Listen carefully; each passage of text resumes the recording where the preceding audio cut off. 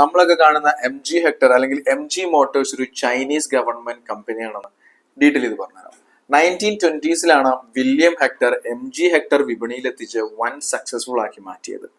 World വാറിന് ശേഷം Austin മോട്ടോഴ്സുമായി മെർജ് ചെയ്ത് ബ്രിട്ടീഷ് മോട്ടോർ കോർപ്പറേഷൻ രൂപം കൊണ്ടു.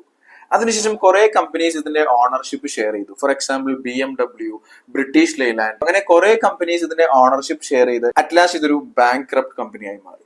കടബാധിതരായ MG Hector പൂട്ടേണ്ട സാഹചര്യത്തിലേക്ക് വന്നപ്പോഴാണ് ചൈനീസ് ഗവൺമെന്റ് സീനിലേക്ക് വരുന്നത്. 2007 ഒഫീഷ്യലി ചൈനീസ് ഗവൺമെന്റ് കമ്പനിയായ SAIC MG Hectorനെ അക്യൂർ ചെയ്യുന്നത്.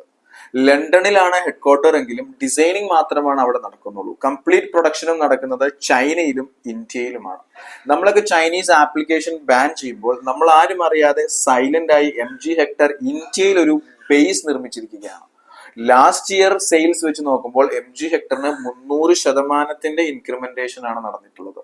നമ്മൾക്കറിയാത്ത കുറെ കാര്യങ്ങളുണ്ട്. Follow for more updates.